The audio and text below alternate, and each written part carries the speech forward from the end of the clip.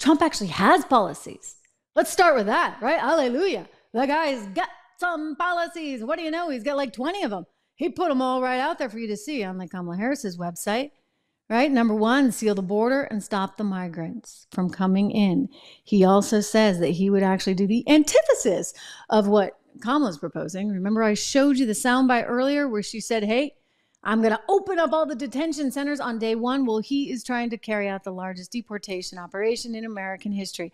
And three, this is really important. I might have put this in as number one. End inflation. Make America affordable again. It's so important. The list goes on and on and on. Let's go to the next page because there's 20 of these things. So he's got 10 more on the next page. Number 20 is to unite our country by bringing it to new record levels of success, right? Because how do you unite? You grow the pie for everyone.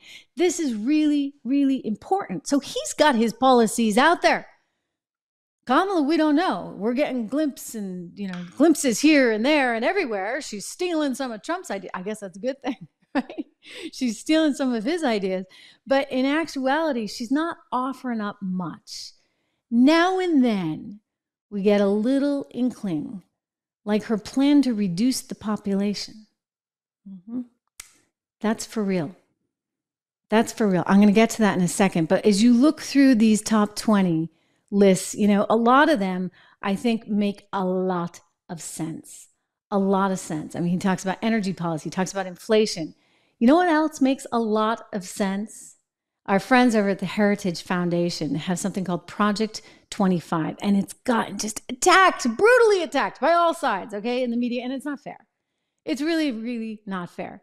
Because when I look at the pillars of this project, they are very, very strong and very good. And they're talking about America's resilience through our energy, right? That we need all the energy we can get. You can't just shut off one source of energy because you want to immediately switch everything to EVs.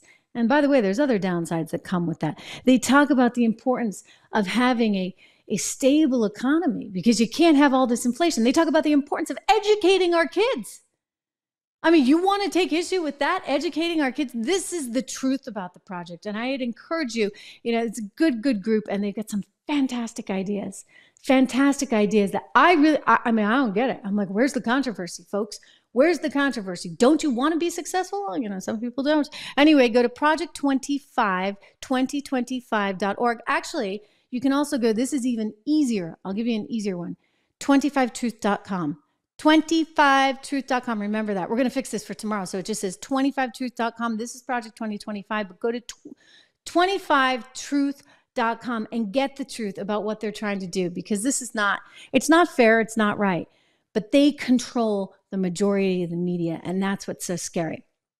So Kamala Harris has not been incredibly revealing of all her policies, but she did let this one slip maybe about a year ago.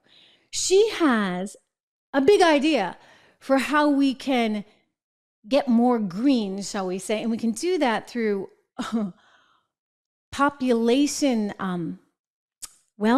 hindrance, a reduction in the population. I mean, I listened to this and I'm like, wait a second. Are we going to be in like this kind of one child only thing like China was one day? I mean, this is scary talk from somebody who's not very smart, and someone told her something about, you want more green air to breathe. You just need less people. Woo! Listen. When we invest in clean energy and electric vehicles and reduce population, more of our children can breathe clean air and drink clean water. Less children. Okay, so she wants less children. Well, I guess she's doing her part. She doesn't have any children. Now, I don't know. I mean, maybe there were some special circumstances surrounding. I'm not going to judge her personal life, but she doesn't have any children. And then she's getting up there on stage and saying, we need less children. I actually think we need more children. I mean, if you want your economy to grow, you actually need more children, Kamala. You do. I mean, China's figuring this out kind of the hard way. Japan's certainly figuring this out the hard way. Their older population is too significant. And if we're not careful and thoughtful, we're going to have some real problems. And yet there's an agenda there. They want less children. Oh, is that why they're so encouraging of, you don't know what gender you are, and anyone can have a baby, male or female? I mean, is it in part to somehow weirdly reduce the population? I wonder about that, because I really fail to understand the logic here. Why would you want a smaller population, Kamala? Less people to control? This is going to be a problem. A big problem for the left.